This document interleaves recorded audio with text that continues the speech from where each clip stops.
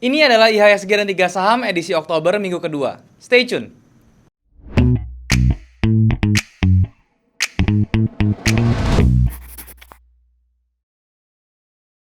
Halo guys, balik lagi sama gue Daryl di Discovery Channel. Dan hari ini kita masuk ke segmen IHSG dan 3 saham. Buat kalian yang belum tahu, ini adalah segmen yang membahas kondisi IHSG dan juga saham-saham yang bisa dijadikan referensi untuk tradingkan selama 1 minggu ke depan. Tapi sebelum gue mulai, gue mau ngingetin buat kalian belum punya grup trading, kalian bisa join di grup trading gue di aplikasi Discord. Linknya ada di bawah, kalian tinggal klik link tersebut buat join, nah kemudian kita bisa langsung diskusi bareng di sana. Gue gak pernah punya grup lain selain di Discord, jadi kalau misalnya meresamakan gue di platform lain seperti Telegram, Facebook, dan juga Instagram, terutama menawarkan investasi dalam bentuk apapun, harap hati-hati karena itu sudah dipastikan adalah penipuan. Gue sendiri tidak punya program investasi titip-titip dana dalam bentuk apapun, jadi kalau misalnya kalian disuruh transfer, jangan sampai transfer karena itu adalah penipuan. Nah, berbicara tentang IHSG, teman-teman, IHSG mengalami kenaikan yang cukup signifikan di minggu ini. Itu menjadi suatu pertanda yang bagus. Kemarin di hari Jumat, IHSG berhasil tutup di level 6.400-an. Dan sekarang berada di level resistance ya. Jadi nanti kita lihat di hari Senin itu apakah dia bisa menembus resistance-nya atau dia malah tertahan. Level-level ini menjadi level krusial banget karena resistance level itu kita tahu sebagai reversal point ya teman-teman. Jadi kalau misalnya nanti dia tidak bisa menembus resistance tersebut dan malah ada rejection di situ, itu menjadi tanda-tanda pembalikan arah untuk IHSG. Jadi nanti kita harus cek dulu seperti apa di chartnya.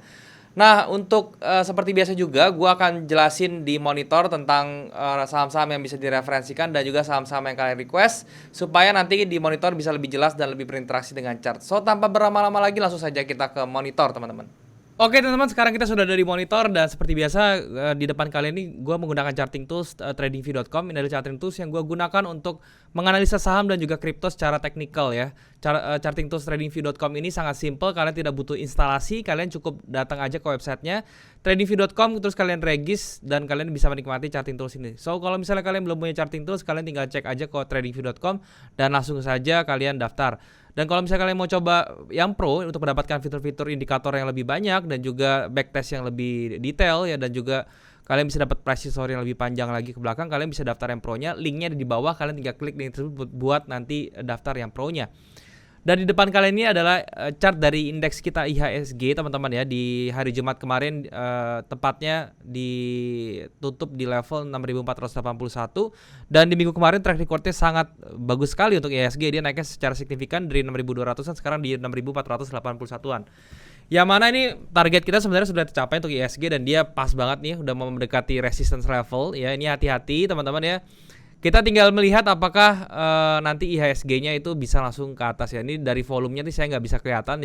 Tapi kalau misalnya kalian pakai yang namanya sekuritas, kalian bisa melihat volumenya. Kalau misalnya kalian lihat volumenya, kalau misalnya volumenya nanti tetap naik ya, dikonfirmasi dengan trennya itu naik, jadi volume bullish-nya itu naik, ini kemungkinan bisa jebol. Tetapi tetap harus hati-hati teman-teman, karena memang akhir-akhir ini khususnya di bulan kemarin tuh IHSG sering sering fake move teman-teman ya, sering dia seakan-akan mau break tapi ternyata dia di retrace ke bawah. Jadi ini adalah level yang kita perhatikan sekarang.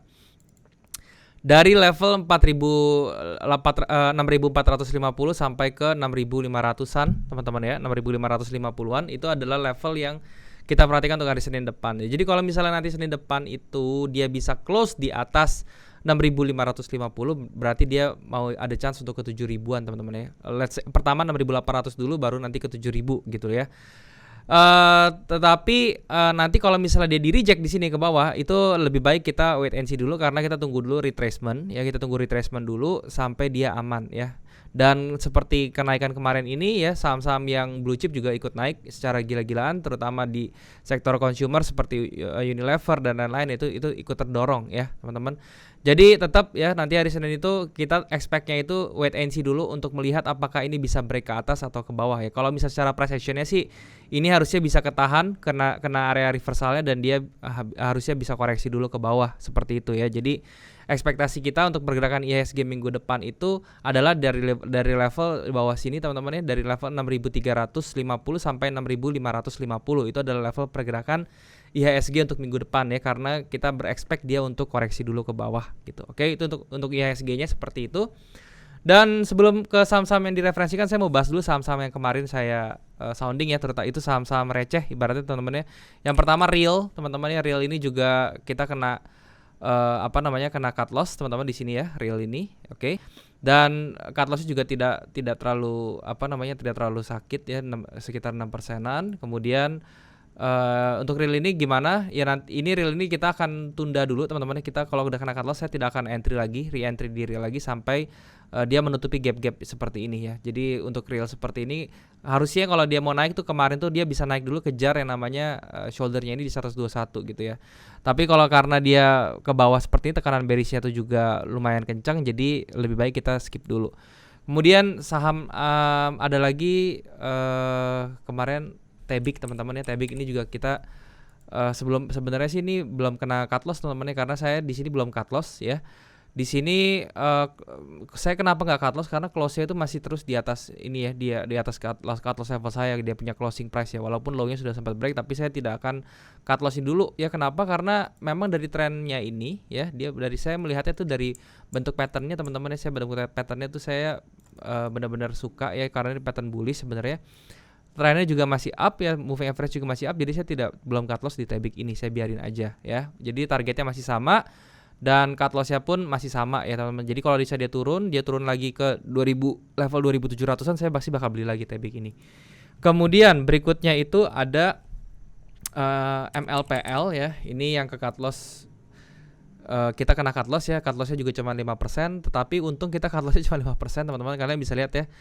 Sesudah dia meninggalkan level base-nya ya, kita kena cut loss. Ya ini kan saya cut loss di bawah base-nya dia. Ini langsung turunnya luar biasa banget ya teman-teman. Turunnya tuh bisa sampai ke 6%, ARB terus ARB lagi 18% ke bawah. Tapi ini kita sudah memproteksi kita punya posisi, jadi kita nggak rugi teman-teman. Maksudnya dengan kondisi seperti ini harusnya kita tidak rugi ya. Rugi tapi maksud saya itu tidak terlalu dalam karena kita melakukan set cut loss di sini ya. Oke, itu untuk MLPL. Berikutnya lagi itu ada Temas teman-teman ya. Nah, Temas ini yang nolongin kita semua kemarin ya, khususnya saya sih ya. Jadi Temas ini kemarin dia sempat sampai ke saya nggak ambil di atasnya, nggak di 340 saya jualnya setengah di 334 335-an kalau nggak salah ya, di level ini kalau nggak salah 335-an, 334 335 saya lupa ya. Pokoknya tuh sekitar 16% saya dapatnya, bersihnya tuh saya dapat 16%.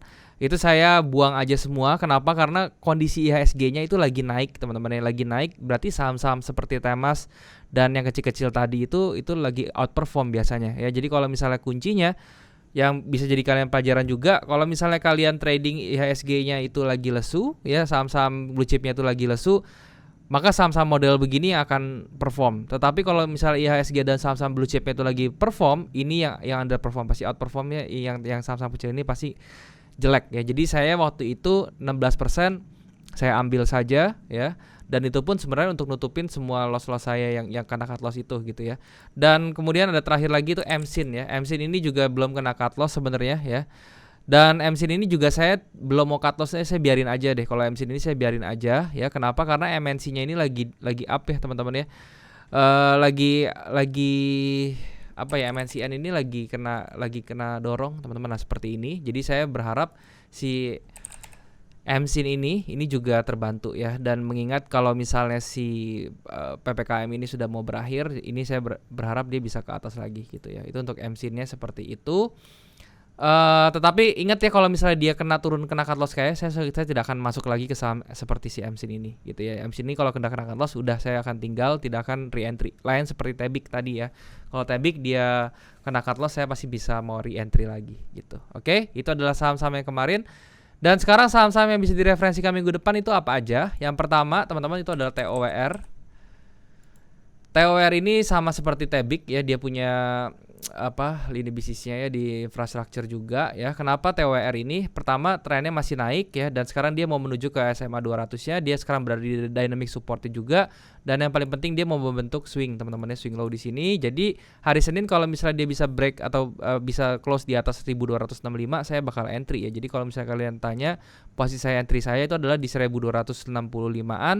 Kemudian stop loss saya itu di level 1175, dan target profit saya itu di 1470 dengan risk reward ratio 1/2.28. Itu untuk TOWR ya. Walaupun di sini sudah ada ada eksesif teman-teman di atasnya, saya masih berharap dia masih bisa retrace sekali lagi dan kita tradingkan aja ya. Walaupun saya tahu nih di daerah sini, di daerah 1440 sampai 1475 itu menjadi area tahanan yang kuat untuk TWR, tapi itu nggak apa-apa, kita masih bisa dapat risk reward ratio 1/2,28. Oke. Itu untuk TWR-nya seperti itu. Next-nya berikutnya ada banking teman-teman ya, BABP ya. Ini bank MNC juga ya. Nah, untuk BABP kenapa? Karena pertama alasannya reasonnya dia ada di area support teman-teman di sini. Dia sudah berada di area support dan dia bikin base teman-teman ya. Dia tidak langsung ke bawah, bikin base. Dan ini cara tradingnya juga sama aja, saya kotakin base-nya teman-teman ya. Kalau misalnya dia bisa breakout ke atas ya. Jadi kalau dia bisa close di atas level 286-an ya. Jadi saya akan entry-nya itu di level ini teman-teman. Ketika ada candle yang close di level ini ya, di 288 saya akan entry. Stop loss-nya itu cukup di level 248-an ya. Dan untuk TP-nya itu saya bisa incer di level minimal target pertama itu di level 358 dengan risk reward ratio 1/1,75, dan final targetnya itu adalah di level ini teman-teman ya, di level 392 sampai 395 dengan risk reward ratio 1/2,6. Itu ya, itu untuk BABP. Dari trennya juga dia masih bullish teman-teman ya, walaupun dia sekarang ada penurunan, tetapi secara overall dia masih bullish. Dan saya masih berharap dia bikin head and shoulder aja teman-teman ya. Jadi kan ini shoulder ke kanannya tuh di sini ya. Dan ini target kedua kita masih bisa kena nih di level 392-an kayak gitu ya. Ketika dia bikin head and shoulder, kita keluar, dia entah dia nanti mau turun lagi ya itu terserah gitu ya. Saya nggak peduli lagi. Itu untuk BABP seperti itu. Nah, itu adalah saham-saham yang bisa direferensikan teman-teman. Sekarang saya akan bahas saham-saham yang sudah kalian request. Yang pertama teman-teman ya, itu ada yang namanya JPFA. Nah, untuk JPFA bagaimana? Kalau untuk JPFA pertama di minor trend ya ini ada double top di sini dan dia sudah break neckline ya. Yang neckline-nya di bawah sini. Sekarang dia retrace teman-teman ya. Ini neckline, saya gambarin. Neckline-nya sudah di break, sekarang dia retrace ke atas dan ini menjadi tahanan dia ya sekarang. Dan ini kalau dilihat dari bentuknya seperti ini ada tantangannya si JPFA ini akan sulit ya. Jadi kalau misalnya kalian mau entry JPFA, pastikan dulu dia bisa bergerak di atas 1920. Kalau belum ada di bawah itu, ya masih belum bergerak di atas itu, maksud saya itu dia bisa turun lagi ke level di supportnya di sini teman-teman, di level 1650-an ya. Jadi lebih baik kalau saya bilang sih kalian tunggu di level bawah aja ya.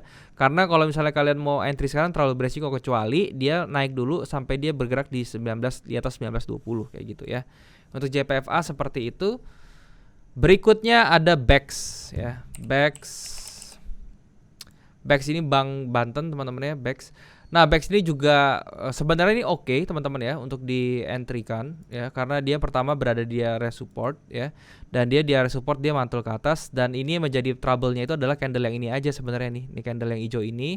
Kenapa candle hijau ini trouble? Karena dia ada shadow seperti ini, ada rejection ya. Jadi kalau misalnya dia bisa nge-fill rejectionnya itu, kemungkinan dia bisa bergerak ke atas sampai ke level 97 sampai ke 100 teman-teman. Itu ada targetnya si BEX ya. Kalau sekarang entry apakah worth it ya? Sekarang kita lihat aja stop lossnya berapa. Stop lossnya cuma 7% dan ini targetnya itu sekitar kurang lebih 11% ya. Jadi ini masih worth it sebenarnya. Pas banget 1/1,67. Jadi ini terserah kalian, kalau misalnya kalian mau trading kan itu silakan. Berikutnya ada saham BOS teman-teman ya. Nah, saham BOS ini kalau misalnya kita lihat ya dari structure-nya dia membentuk higher high. Ini juga saham yang bagus untuk kalian tradingkan, ini silahkan ya. Walaupun sekarang dia berada di resistance EMA 200, tapi secara market codingnya dia sudah membentuk higher high. Dan di sini dia ada base yang kalian yang bisa bertindak sebagai demand area dengan pivot di level 86. So kalau misalnya kalian mau entry sekarang itu oke banget, karena ini menurut saya ini masih koreksi. Dan kalau misalnya kalian entry sekarang, kalian stop loss cukup di level ini aja di 82, 83 ya, itu menjadi stop loss kalian. Walaupun memang kesannya sedikit, tapi persenannya lumayan dalam teman-teman, ternyata ya sekitar 19% stop lossnya. Tapi untuk TP-nya juga kalian bisa dapat lumayan ya di level ini 136. Jadi risk reward ratio 1/1,84 ya. Jadi ini terserah kalian, kalau misalnya kalian menurut kalian ini worth it silahkan entry, tapi kalau enggak ya jangan ya. Kalian tahu saham-saham seperti BOS ini adalah saham-saham third layer teman-teman ya, dan ini saham-saham gorengan seperti ini gerakannya volatility-nya lumayan tinggi. Jadi kalian bisa pertimbangkan dalam hal tersebut ya. Jadi tetapi pada dasarnya secara market structure-nya dia codingnya itu dia membentuk higher high, yang mana itu petunjuk tendensi untuk bullish ya teman-teman. Seperti itu untuk saham BOS-nya. Next-nya ada Cepin.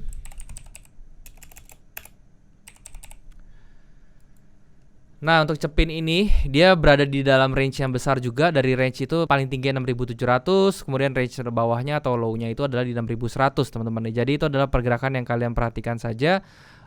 Sekarang dia berada di level 6.300-an, yang mana kalau misalnya kalian mau entry di sini itu juga masih oke banget, karena stop lossnya itu cukup kalian taruh di 6.000-an ya, dengan besar stop loss 4,76%, dan TP-nya kalian bisa taruh di level sini ya, 6.700. Ini target pertama, 1:1 trade ini trade risk reward ratio 1:1, atau kalian finalnya itu kalian bisa tarik sampai 7.000-an, teman-teman ya. 7.000 ini menjadi target finalnya. Jadi risk reward ratio jadi 1:2,25 ya. Jadi kalau misalnya kalian mau entry seperti itu untuk Cepin. Berikutnya itu ada Ekat.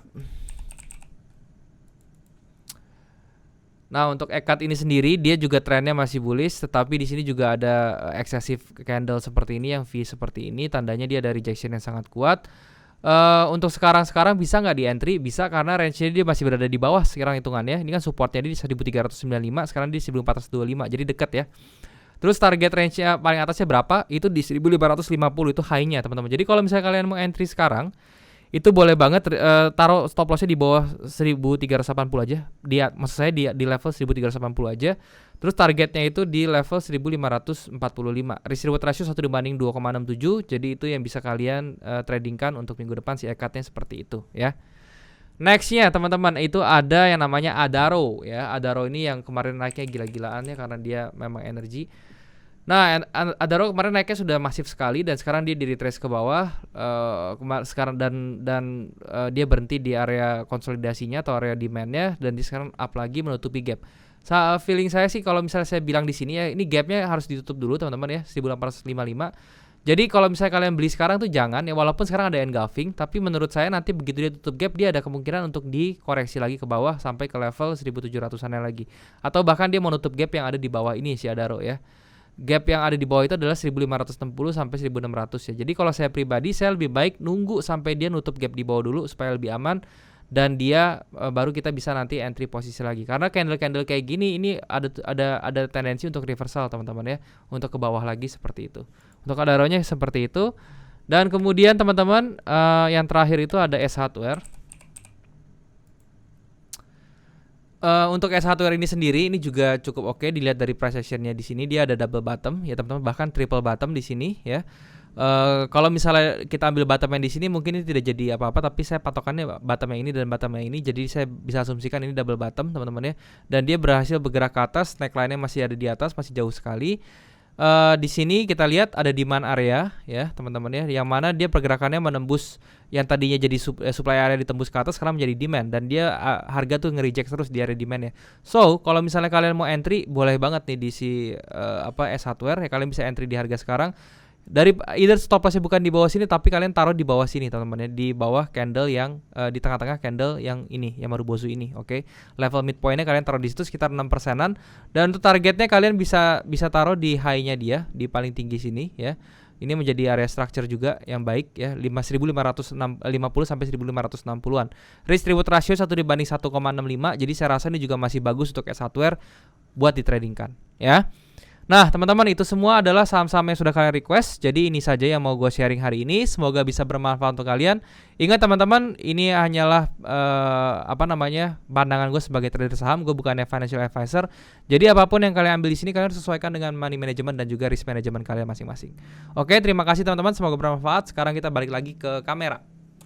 Oke teman-teman, jadi itulah pembahasan gue tentang kondisi IHSG dan juga saham-saham yang kira-kira bisa dijadikan referensi untuk ditradingkan selama 1 minggu ke depan. Gue juga sudah bahas saham-saham yang kalian request. Semoga apa yang gue sharing di sini bisa bermanfaat untuk kalian. Dan jangan lupa kalian harus pahami resiko dalam bertrading saham, karena saham ini juga memiliki resiko. Jadi kalau misalnya kalian mengambil soft dari video ini, kalian sesuaikan dengan trading management kalian dan juga risk management kalian supaya hasilnya bisa lebih optimal. Dan sekali lagi, kalau misalnya kalian belum punya grup trading, kalian bisa join di grup trading gue di aplikasi Discord. Linknya ada di bawah. Kalian tinggal klik link tersebut buat join, dan kemudian kita bisa langsung diskusi bareng di sana. Gue gak pernah punya grup trading lain selain di Discord. Jadi kalau misalnya mengatasnamakan gue di platform lain seperti Telegram, Facebook, dan juga Instagram, itu adalah penipuan ya teman-teman. Apalagi kalau misalnya kalian disuruh transfer, hati-hati, jangan transfer dalam bentuk apapun ya, maupun itu investasi titip dana. Karena gue nggak pernah punya namanya program investasi titip dana. Jadi harap hati-hati, itu sudah dipastikan adalah penipuan. Sekarang penipuan di Telegram tuh makin marak, so kalian harus hati-hati. Dan juga kalian bisa subscribe channel ini kalau misalnya kalian merasa channel ini bermanfaat untuk kalian. Kalian juga bisa bantu like video ini dan juga share ke teman-teman kalian yang lain yang kira-kira membutuhkan informasi dari video ini. Kalian juga bisa komen di bawah kalau misalnya kalian mau request tentang saham yang mau gue bahas ke depannya, atau apapun itu selama itu berhubungan dengan saham, forex, dan juga cryptocurrency. Gue pasti akan baca komen kalian dan gue akan usahakan untuk bikin kontennya buat kalian. Nah, mungkin sampai sini dulu aja teman-teman videonya. Semoga sekali lagi apa yang gue sharing di sini bisa bermanfaat untuk kalian. Thank you sekali lagi buat kalian yang sudah menyempatkan diri untuk nonton video ini. Sampai jumpa di next video. Jangan lupa semua orang bisa cuan. Salam sukses. Bye-bye.